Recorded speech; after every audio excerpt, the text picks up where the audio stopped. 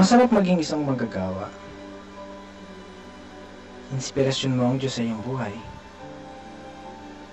Ngunit marami kang dapat intindihing mga responsibilidad na hindi mo dapat pabayaan. Minsan may mga bagay na hindi pangkaraniwan na nangyayari sa ating buhay na kailangan natin tanggapin ang mga bagay na hindi natin gustong gawin. Kailangan mo ng disiplina sa sarili upang lubos na makaganap ng tungkulin mo sa iglesia.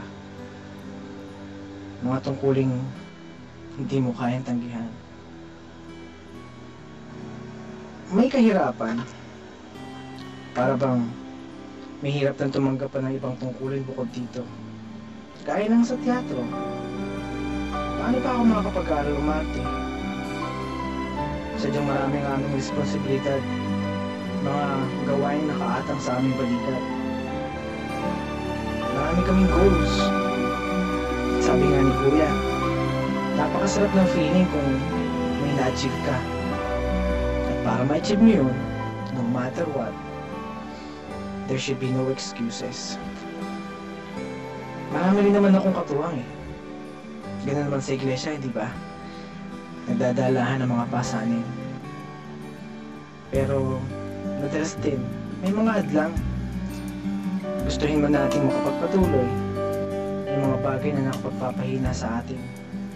Mga suliraning laging hinahatid ng kaaway. Kung minsan, parang gusto ko na sumuko. Pero, alam ko, hindi ako nag-iisa. May tumutulong sa akin.